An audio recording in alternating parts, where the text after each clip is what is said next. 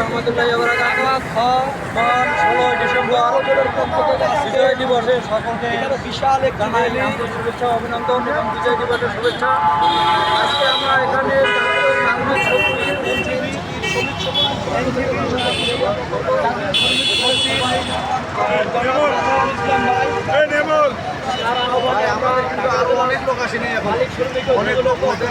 সকলে একত্রিত হয়েছি সাধারণ পক্ষ থেকে এবং আমাদের সম্রাটের পক্ষ থেকে আমাদের যে অসমাপ্ত যে কাজগুলি আছে ঢাকার বাস্তবায়নের লক্ষ্যে সেই কাজগুলো যেন আমরা এগিয়ে নিয়ে যেতে পারি এবং যে অসমাপ্ত কাজগুলি আছে সেগুলি যেন আমরা তাদের মাধ্যমে বাস্তবায়ন করতে আসি। তো আমরা আশা করি মাজারুল বাড়ি ইসলামের নেতৃত্বে এবং সম্রাট ভাইয়ের নেতৃত্বে এবং আমাদের জয়েল মন্দির ভাই, আলমগীর ভাই, রফিক ভাই এবং আরও যারা অন্যান্য নেতৃবৃন্দ আছে সকলের নেতৃবৃন্দকে আমরা একসাথে নিয়ে যেন আমরা বিএডিতে যে অসমাপ্ত কাজগুলি আছে আমাদের যে